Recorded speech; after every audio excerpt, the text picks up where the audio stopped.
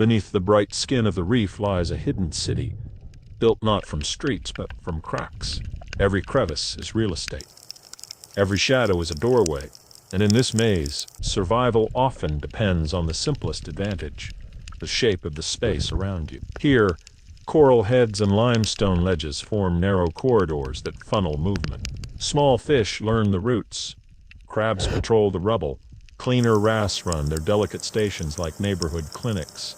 But the reef is never just peaceful, because tight spaces don't only offer shelter, they also create traps. A Moray eel knows this architecture by heart. It doesn't need speed across open water.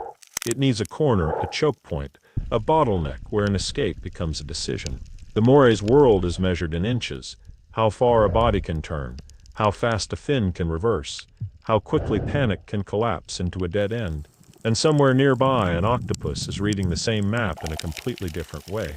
Not as territory to defend, but as a puzzle to solve. Its body is all flexibility, all options. Fold, flatten, squeeze, vanish. Its skin is a living screen that can become rock, sand, coral, or shadow. Today, these two specialists, one built for the ambush, the other for improvisation, will meet in the reef's narrowest places. It won't be a battle of strength alone.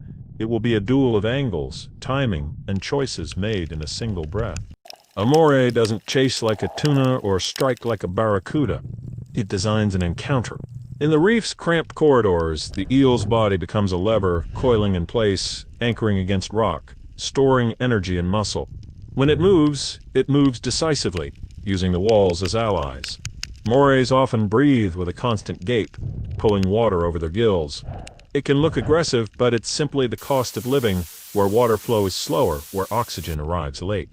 In these tight spaces, even respiration is shaped by the reef. Hunting here is less about vision and more about information. Chemical traces, pressure shifts, and the vibrations of a frightened fin. A single darting fish can broadcast panic to the entire neighborhood. The moray's advantage is commitment. In a narrow crack, prey cannot pivot wide. It can't accelerate cleanly. It can't turn without scraping the walls.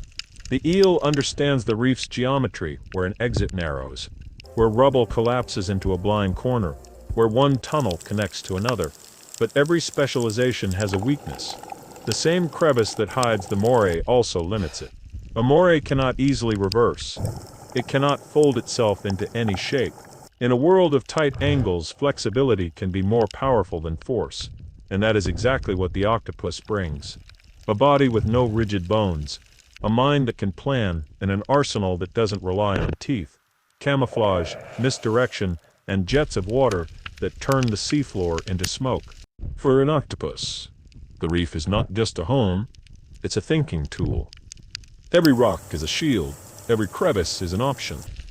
It can fit through openings that seem impossible, because its body is built around one simple rule. If the beak can pass, the octopus can follow. But the real power is not the body, it's the decisions. Octopuses explore with their arms, tasting the world through touch and chemistry, building a live map as they move. They don't merely react, they evaluate. Camouflage is more than color. It's posture, texture, and shadow. The octopus can become nothing by matching the reef's noise, its cluttered patterns, its broken light. And if camouflage fails, it can rewrite the scene. A burst of water to confuse scent trails, a cloud of sand to break eye contact, a sudden change of direction through a crack too small for most predators. Against a moray, the octopus faces a specialist in confinement. The eel is designed to push into holes, to occupy narrow corridors like a living wedge. So the octopus responds with the opposite strategy. Don't fight the wedge, change the doorway. Sometimes that means barricading a gap with rubble. Sometimes it means using the reef like a mirror, slipping behind a coral buttress, just as the eel commits to the wrong angle. And sometimes it means patience, waiting perfectly still, until even a predator begins to doubt what it sensed. When the octopus approaches the crevice network, the reef becomes a chessboard with no overhead view. The moray waits where it can hold ground, head at the threshold, body wedged behind stone, ready to surge forward and block the exit. The first exchange is not a strike. It's a question.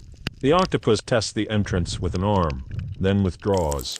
The eel responds with a slow advance, just enough to claim the doorway. In these tight places, ownership is measured in centimeters. The octopus changes tactics. It doesn't challenge the mouth of the crack. It searches for an alternate door, a side opening, a hairline seam, a rubble gap that leads behind the Moray's position. This is how intelligence looks underwater: quiet, patient, and brutally practical. The Moray senses movement and commits. A sudden lunge turns the corridor into a wall of muscle. The octopus answers with confusion. A sand jet that hides its true direction. A quick texture shift that breaks the eel's last visual cue, and a rapid retreat into a space too narrow for the Moray to follow cleanly. Again and again, the duel repeats. Commitment versus adaptability. The Moray is built to force a decision. The octopus is built to delay it, to turn every now into not yet. Sometimes the octopus presses too close, and the eel's reach is terrifying. Sometimes the Moray overcommits, and the octopus slips past like a shadow through a crack. In the end, neither animal needs a dramatic victory. On a reef, survival is rarely a single event. It is a series of escapes, near misses, and lessons learned, written into muscle memory and the map of the reef itself. As daylight fades, the reef changes managers. Diurnal fish tuck into shelter. Nocturnal hunters step out. The water fills with new signals: more scent, more vibration, more movement in the dark. For the Moray, night can widen the advantage. In low light, the reef's corridors feel even tighter to animals that rely on sight. But the octopus is not simply a daytime thinker. In darkness, it becomes an even more careful editor of the scene, reducing motion, choosing routes that minimize exposure, pausing longer to listen through touch. Here, both predators share a constraint. Energy. Lunges cost muscle and oxygen. Jets cost breath and attention. The reef doesn't reward constant action. It rewards timing. By night's deepest hours, the duel becomes quieter, less sprinting, more waiting. The Moray holds its doorway like a locked gate. The octopus treats every shadow as both hiding place and risk. And then, slowly, the reef resets again. Dawn arrives, and with it, the return of bright information. Crisp edges, clearer water, and the relief of seeing the exits. In a reef crevice, drama is measured in restraint. The Moray's power is not constant violence. It is positioning. The octopus's genius is not magic. It is options. The ability to become less visible, to change direction, to edit the battlefield without ever leaving it. This duel is not a simple story of winner and loser. It is a lesson in coexistence shaped by habitat. The reef creates specialists, and then it tests them against each other in spaces so small that a single wrong angle can end the day. But these tight places are also fragile places. Reefs depend on living corals, stable water, and time. Time to grow, time to recover, time to keep building the maze that shelters so many lives. When reefs are damaged, the architecture collapses. The cracks fill with rubble. The hiding places vanish. For the Moray and the octopus, the reef is more than scenery. It is the rule book. And as the sun climbs, the city of cracks returns to its everyday rhythm: quiet repairs, cautious patrols, and the constant unseen negotiation between hunger and escape.